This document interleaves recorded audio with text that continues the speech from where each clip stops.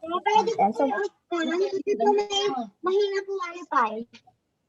okay, okay lang po. Ayan, sige, please mute yourselves now. Ayan. So, babalikan ni teacher yung sinasabi ko kanina. Ayan. Ang ito class ay ginagamit natin para sa mga bagay na hawak-hawak natin. Okay, so instead na sabihin mo na, ang tawag dito? Ito in English is this. Okay, so this is my bag. So basically, you are, pinapoint mo siya sa malapit sa'yo o kaya naman ay hawak-hawak mo. Okay, for example, this one. Ito ang aking paboritong ballpen, halimbawa. Okay. So next. Napakaganda pala ng napakaganda pala ng anak ng mag-asawang ire.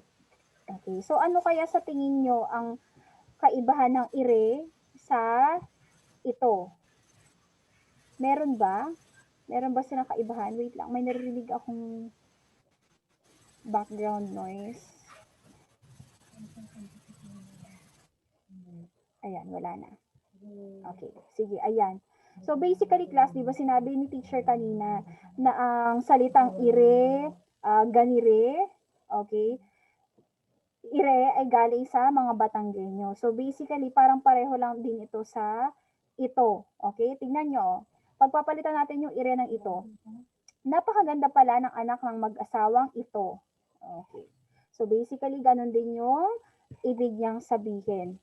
Okay? Ginagamit natin siya para sa pagturo sa bagay na malapit sa nagtuturo o tinuturuan. Tinuturan. Okay. Number 3. Ang sukat ni Re ay 3 sentimetro. Okay. Ano kaya ibig sabihin ng ni Re dito? Ang sukat nito. Okay. So pertaining pa rin sa hawak niya. For example, ito. Nito ang ibig sabihin ng ni Re. Ang sukat ni Re ay 3 sentimetro. Okay. So instead na sabihin ko na ang sukat nitong lip tint na to, okay, so paulit-ulit, so ni Re na lang, since nakikita naman nila. Ang sukat ni Re ay 3 sentimetro. Okay? Number 4, ganito ang tamang pagluto ng adobong manok.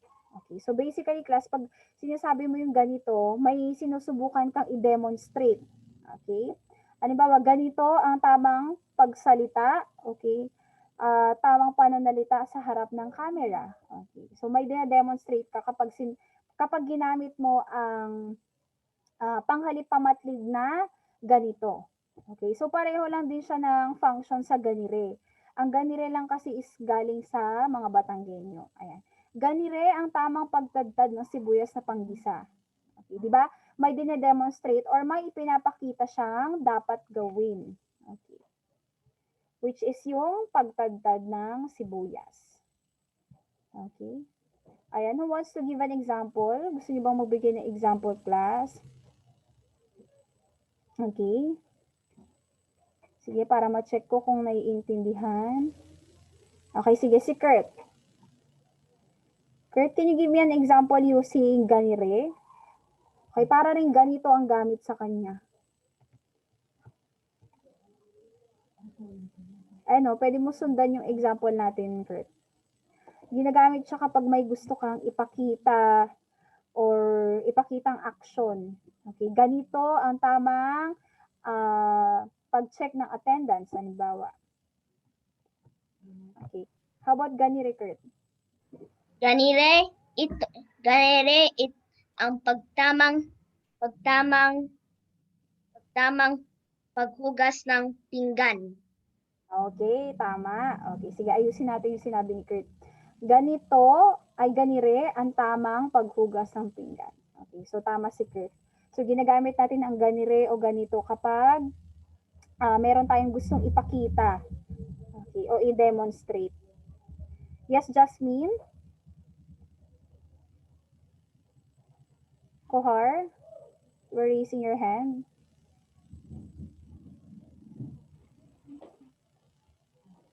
Sorry, teacher, na-accident lang po, sir. Okay. O, sige. Sige, dadako na ako sa ikalawang panauhan. Ay, meron pa pala. Dito. Okay. Ayan, may 3 pa. Dito, dine, sa kaheto. Okay, dito. So, ito naman class, kung yung ito, okay, pertaining doon sa bagay na hinahawakan mo, pag dito, yung lugar, okay, yung lugar kung saan mo dapat ilagay yung isang bagay. So, dito ko iniwan ang aking maleta. O kaya naman, basta lugar ang tinutukoy pag dito. Okay, halimbawa, dito ako nakatira.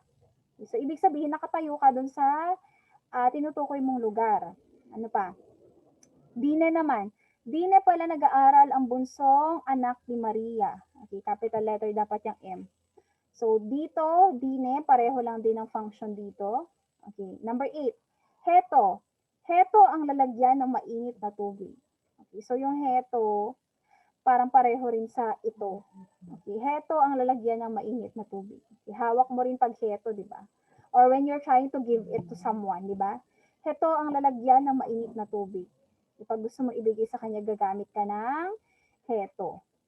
Okay, next. Ikalawang panauhan. Ang pangalang itinuturo o inihihimaton ay malapit sa taong kinakausap. Okay, sige, mag-review tayo. Doon sa una kanina, ang pangalang itinuturo ay malapit sa taong magsasalita, di ba? Ito naman po ikalawang panauhan ay taong kinakausap. Okay. Ano-ano ang mga panghalip pamatlig na nasa ikalawang panauhan? Meron tayong iyan, okay, niyan, ganyan, dyan, at hayan. Okay, sige. Now, let's proceed with the examples. Tignan natin. Ayan. Ito ulit, ang sabi, pag ikalawang panauhan ng mga panghalip pamatlig, malapit sa taong kinakausap. So basically, may kausap ka dito kapag ito ang mga ginagamit mong panghalip.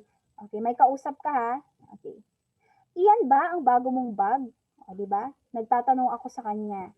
Pertaining dun sa hawak niya o kaya dun sa dito, bagay na malapit sa kanya. Okay. So, kung hawak o malapit sa kinakausap ang bagay na itinuturo. So, yun yung gamit ng iyan. Okay, number 2. Nagtitinda sila niyan. Okay. So, may tinutukoy rin siyang bagay. So, pwedeng malapit din sa kanila yung bagay na yun. Nagtitinda sila niyan. Pwedeng tinuturo niya. Okay. Or pwedeng hawak nung kinakausap niya. Ay, nagtitinda sila niyan. Parang gano'n. Okay. Number 3. Ganyan manghuli ng isda. Okay, so basically class, pwede natin i-compare dito yung ganito kanina.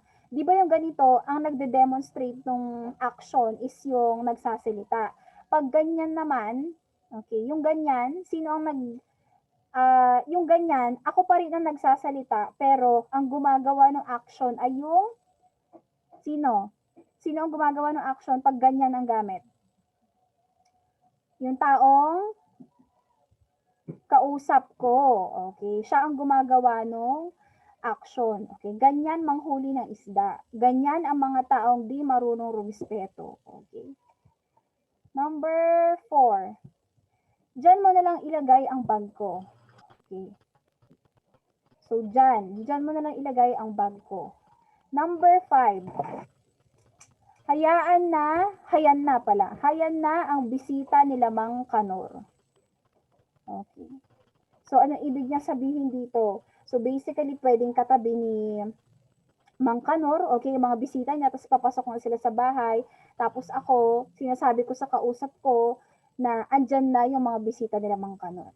Okay? So, lagi niyong tatandaan, class, na itong mga panghalip na to, ito, iyan, nyan, ganyan, dyan, at hayan, okay, ay ginagamit natin kapag yung itinuturo nating bagay o kaya lugar o pangalan, kahit anong pangalan, ay malapit sa taong nagsasalita o kinakausap. Ano pag ikalawang panauhan? Malapit sa taong nagsasalita o malapit sa taong kinakausap? Anyone?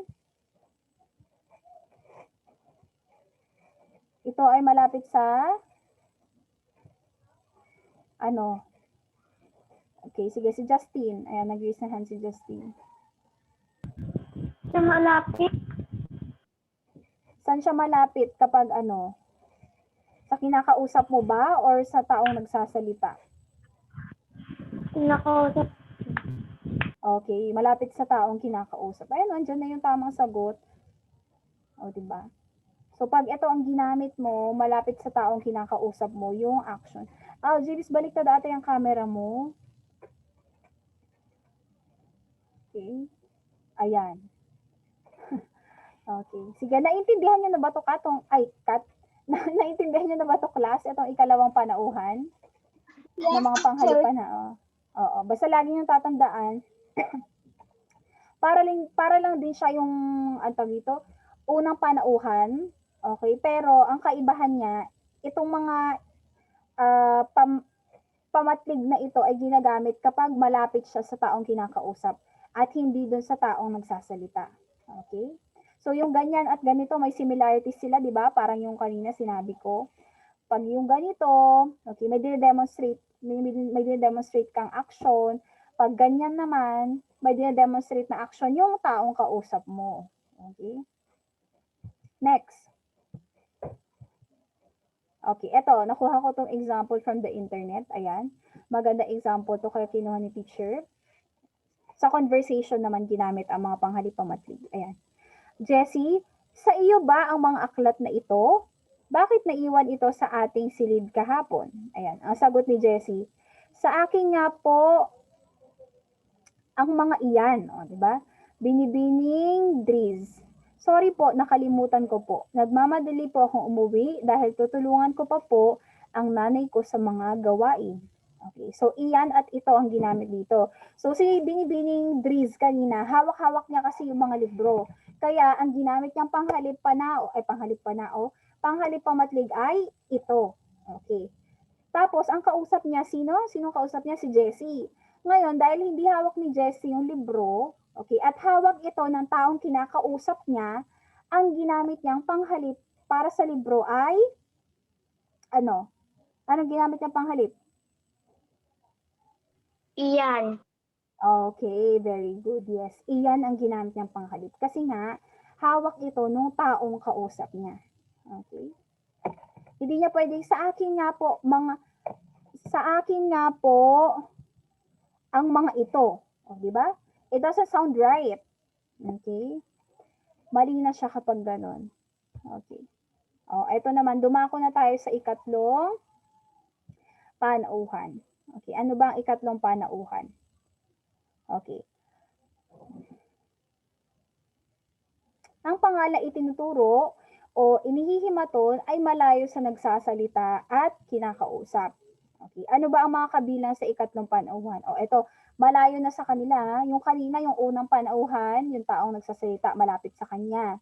Pag yung ikalawang panauhan naman, malapit sa taong kinakausap. Pag ikatlong panauhan, malayo sa nagsasalita at kinakausap. So wala dito, wala sa aming nag-uusap. Okay.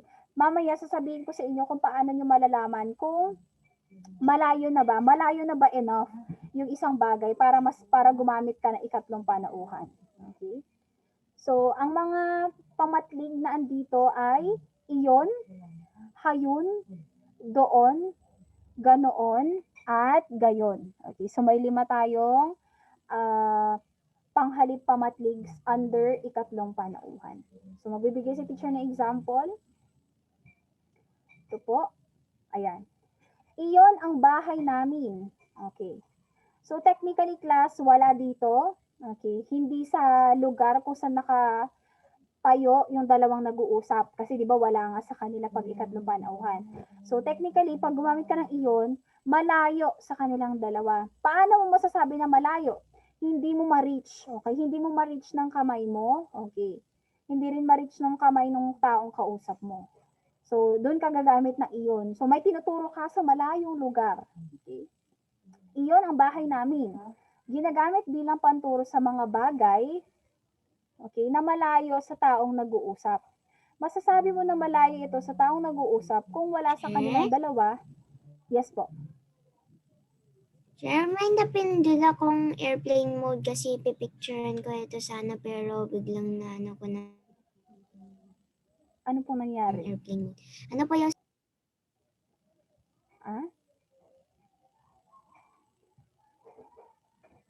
Ano nangyari sa device mo? Sir, Nawawala ka nag-airplane mode tapos nawalan ng connection. Kaya hindi ko narinig. Okay. sige, ulitin ko. So, pag gagamit ka ng iyon, basically, wala dito yung tinutukoy mo. Wala dun sa lugar kung saan nag-uusap yung dalawang tao. Okay? Malayo siya. Unreachable pag gagamit ka ng iyon, hayun, doon, ganoon, gayon. Okay? Unreachable yung bagay or yung lugar. Okay? Yun lang yung sasabihin ko. So, paano mo masasabing unreachable? Hindi nila maabot pareho nung dalawang nag-uusap. Okay? So, eto, parang halimbawa, we're having a conversation. Iyon ang bahay namin. Tapos nadaan kami sa, ang tawag dito, malapit sa SM. So, malapit sa SM, halimbawa yung bahay namin. Tapos nagchichikahan kami. Okay. Tapos tinuro ko yung bahay namin. Iyon ang bahay namin. Okay. So, hindi namin mahawakan pareho. Gagamit tayo ng third person na panghalip, pamatlig. Okay. Inuulit ko class ha. Anong tawag sa mga ganitong klase ng panghalip? Pamatlig. Okay. Basically, ginagamit sila pang turo. Okay, to point out something or to point out a place. Okay. Number 2, hayun. Hayun si tatay nag-iigib ng tubig. Okay. So, parang ang hayun ay ginagamit for people. Hindi siya pang place. Hayun. Okay, nakita niya. Number 3, doon. Okay, malayo rin to. Malayo rin ang gamit ng doon. Doon makikita ang bahay ni Aling Berta. Okay, pwede mong gamitin tong doon kapag may sentence ka na nabanggit. Halimbawa, magandang lugar ang Bliss Village. Doon makikita ang bahay ni Aling Berta. Okay, so in reference to the place na minention mo on the first sentence. Okay, di ba? Tama yung function niya kasi ano ba ang function ng panghalip? Humahalili sa ngalan ng tao, bagay, hayop, lugar, pangyayari. Okay. Yes, Gian? Do you have a question? Forgot to nawanan po, sir. Okay. Sige. Manrit, question? Sir, punta na sa restroom. Okay. Sige. Sure. Okay. So, itutuloy lang ni teacher. Tapos na tayo sa hayun, doon. Ganoon. Okay. Itong ganoon ring class, ang tawag dito, parang pareho rin siya sa ganyan. Okay. At yung, ano pa yung isa kanina? At ganito. Pero ito kasi malayo dun sa dalawang nag-uusap. Ganoon na lamang ang nangyari sa akin 5,000 piso. Okay. So basically, yung tinutukoy niya na pangyayari ay nangyari na from the past. Okay. Hindi na existing sa dalawang nag-uusap. Okay. So ganoon, basically, wala na. Nangyari na ito sa nakalipas. Okay. Number 5, gayon pala naman ay dapat na tayong kumilos. Okay. So kung may gusto kang i-emphasize or bigyang diin sa naunang pangungusap. So halimbawa, tumataas na ang baha sa Phase 3 Christine Village. Okay. Gayon pala naman ay dapat na tayong kumilos. Okay. So basically, in-emphasize niya from the previous statement dahil bumabaha na, kaya gumamit siya ng gayon. Okay. So tandaan yung class, gumagamit tayo ng ganoon at gayon in reference to an event that happened from the past. Okay? Okay na po to class. May tanong po ba kayo dito? May tanong po? Wala. Wala po. Okay, sige. Naiintindihan ba to? Naiintindihan po ba? Okay, nag-yes si Kier. Okay, ayan. Sige, mag-feedback kayo class para alam ni teacher. Okay, Jasmine, naka-off ang camera. Justin, naka-off. Millie, Rysel, Alexander. Turn on your cameras, everyone. Ayan. Okay, Jasmine, naiintindihan ba, Jasmine? Achenza? Jaja? Okay. Sige. Ngayon naman ay dadako tayo sa susunod na uri ng panghalip na pag-aaralan natin ngayon. Okay, eto madali lang to. Panghalip pananong. Okay, ano ang panghalip pananong? Ito ay ang mga panghalip na ginagamit sa pagtatanong o pag-uusisa. Ano ba ang pag-uusisa in English? When you're trying to scrutinize. Okay, medyo malalim yun. Okay, ang inaasahang sagot sa isang panghalip pananong ay isang pangalan o panghalip. Okay, lagi niyong tatandaan niyo na kapag hindi pangalan o panghalip ang inaasahang sagot, ang salitang ginamit sa pagtatanong ay hindi panghalip pananong. Okay, so medyo tricky naman ang panghalip pananong. So lagi niyong tatandaan, pag panghalip pananong, kagaya ng sino. Okay, sino is panghalip pananong. Ano ba ang sagot sa salitang sino? Di ba pangalan ng tao ang isasagot natin dito? So pangalan ba siya? Check. Okay, so therefore, ang salitang sino ay panghalip pananong. Okay. Gian, yes? Nag-raise ulit ng hand or napindot na naman? Okay, mukhang napindot. Kasi hindi na siya nag-raise. Napindot na naman, Chair. Okay, sige. Hindi ko po kayo makita, tas hindi black lang din po yung sinishare screen nyo. Bakit kaya? Try mo nga ano? Sure, Ngayon lang ba? sa mga class, kunwari dun po sa PE namin noon, ganito po din yung mga nangyayari. Black lang po. Sino ba nakaka-experience ng ganito? Si Jaja lang ba? Kayo, nakikita niyo ba yung screen? internet. Yes, Okay. Pag mahina daw yung internet. Try mo nga mag-leave muna, tapos i-admit na lang kita. Hindi muna ako magsasalita. Para wala ka ma-miss.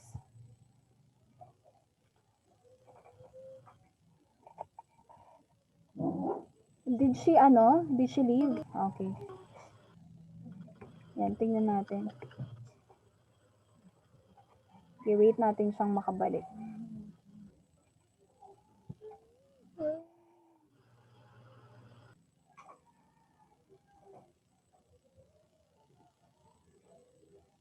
Ayan. Jasmine, try mo nga kung okay na.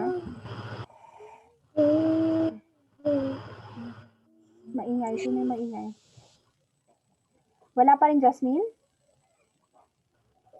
Wala. Paano kaya ito? Post nyo ba sa Aralinks to? Opo, ipopost ko tong PowerPoint. Di bali, nasa last part naman na tayo ng discussion. Pero naririnig ba si teacher? Naririnig mo naman ako? Okay, sige. Okay, sige, yun na lang. Kasi mahihirapan tayo kapag. Okay, anyway class, ito, yung sinasabi ko nga kanina, medyo tricky ang panghalip pananong. Pero ang lagi niyong tatandaan, ang panghalip pananong, ang parating niyang sagot ay pangalan o panghalip. Pag hindi pangalan o panghalip ang sagot, basically, yung tanong ay hindi gumamit ng panghalip pananong. Okay? So, halimbawa, yung salitang sino. Okay, ano ba ang sagot sa salitang sino? O sa tanong na sino? Di ba, ang ngalan ng tao, ang isasagot mo pag sino? Okay, halimbawa, sino ang pangunahing tauhan sa pabulang binasa? Sagot, si Pudpod. Okay. Ang Pudpod ba ay pangalan? Ang Pudpod ba ay pangalan, class? Hello? Ang Pudpod ba ay pangalan? Okay, nag-thumbs up si Brian, yes. Si Pudpod yung character dun sa story na nandito sa book nyo. Ewan ko kung binasa nyo si Pudpod. Pero di ba pinabasa ko si Pudpod sa inyo? Si Opo, Chair, yung ang- sitward namin. Yeah, si Pudpod ang, ano yung title? I forgot na. Okay, anyway, asa na ba tayo? Ayan. Yes, Casey, may tanong? Pindot lang, teacher. Okay, I was supposed to tell you that the title, but okay. yung title ng siya sa ng book yung ngayon, yung sabi na pudpod, Oo, sino? Ay, ano ang title? kalimutan ko na pa rin. Ah, Pudpod at yung Si Pudpod, ang makulit na uod. Charot. Hindi ko alam. Wait lang, balikan ko. Si Pudpod, ang Sudpod, caterpillar. ang caterpillar Matabang sa caterpillar? bayabas. Si Pudpod ang caterpillar sa punong bayabas. Okay. Si Pudpod na malikot, sabi ko naman. Wait lang. I-admit ko lang si Al James. Kulang na pala tayo. Ayan. O sige, magbibigay pa ako ng ibang halimbawa ng panghalip pananong. Okay. Wait lang. Ayaw naman na mag-move. Okay, eto, mga panghalip pananong. Sino? Ano? Saan? Kailan? Kanino? Okay. So basically class, itong mga tanong Kanino na to. itong timer na iniwan? Si Oo, Daddy. ayun. Tama. Kay Daddy. Tama. Sino yan? Si Daddy. Oh, Ano yung ginagawa niya? Nagpo-push up. Kailan siya Okay. nag-start? Mga few seconds ago. Kanino yung timer? Kay Daddy kasi nagpo-push up na nga siya eh. Okay, very good, Kurt. Nakakatuwa si Kurt. Ang active niya today. Okay, anyway, pag dinagdagan naman natin yung sino ng sino-sino. Okay. Ilan na isasagot natin? Isa o pangmaramihan na? Ang maramihan. Yes, very good. Maramihan. Opo, pangmaramihan na ang sagot kapag sino-sino. Okay. Pag sino lang, isa lang ang tinutukoy. Halimbawa, sino ang kumain ng candy sa lamesa? Okay. Sino ang kumain ng candy iniwan ko sa lamesa? Okay. Ano Chair in ang... English does 5 represents the 5 W's. Yes, 5 W's. Who, what, when, where. Okay. Who, what, when, where. 5 W's. Who, what, when, where. Why? May why ba? Bakit? Meron, Chair. I think. Bakit? Oo, pero wait lang. Tignan nga natin kung panghalip panao ang bakit. Bakit mo nagawa iyon? O, sagutin nga natin. Bakit mo nagawa iyon? Kasi nagutom ako. Halimbawa, kasi nagutom ako. Okay. Nagutom. Nagutom is already it's a verb, right? Nagutom. Pandiwa na ang nagutom. Oh, 'di ba ang rule natin sa panghalip panao ay ang rule natin sa panghalip pananong dapat ang sagot ay panghalip o pangalan. Okay. So yung tanong na bakit hindi siya panghalip pananong. Okay? Anyway, okay, ito pa additional information lang. Ayan. Balikan lang natin yung sinabi ng teacher kanina. Pag ito, yung bagay at yung nagsasalita ay malapit sa isa't isa. Pwedeng hawak-hawak niya, o kaya naman super lapit niya. Ito, okay, tinuturo niya. Okay, pag iyan naman, iyan ba ang bago mong bag? Okay, basically pag iyan, may kausap ng involved. So, ito yung nagsasalita, ito yung kinakausap, okay? Tapos, ito yung bagay. So, pwedeng nasa tabi nung kinakausap, okay, pwedeng nasa tabi niya yung bag. Parang ito, ayan, nasa tabi niya yung bag. O kaya pwedeng hawak-hawak ng taong kinakausap niya. Okay, and then lastly, ayun, ito, doon. Doon ba? Hindi ko makita. Ay, iyon. Iyon. Okay, iyon ang bahay namin. So, malayo sa kanila. Malayo sa taong nagsasalita at sa taong kinakausap. Okay. So, ayun lang class. Wala naman na tayong lesson for today. Marami na tayong na-discuss. Na-discuss natin ang mga salitang pareho ng baybay, ngunit magkaiba ng diin at magkakaiba rin ng ibig sabihin. Na-discuss rin natin yung iba't ibang panghalip, pamatlig. At yung pangatlo, yung panghalip. Ingay. Wait. Sure, hindi po ako umihi. Okay, sige, pwede na umihi. Wala naman sasabihin si teacher.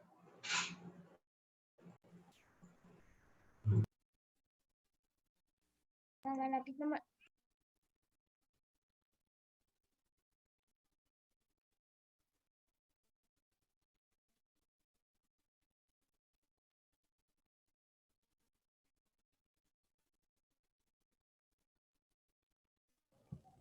Okay, ayan, wala na. Okay, wala. Ay, andyan na naman siya.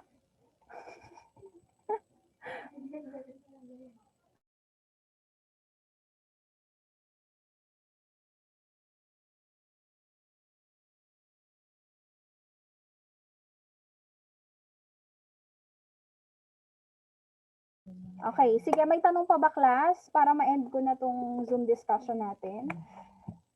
You have concept. Ano po? Wag ka. Wala po, Chair. Ako. Okay. Bakit Sige, excited remind, excited? Kami lang kapag AP. okay. I-remind lang kayo, teacher, na sa December 10 to 14 na exam, Okay po? Okay, December 10 to 14 na exam. Okay, sige class. Let's call it a day. Goodbye everyone. And i-upload na to teacher. Bye, Chair. Bye, Chair. Bye, Chair. Bye. Bye, everyone. Bye, Chair. Bye-bye.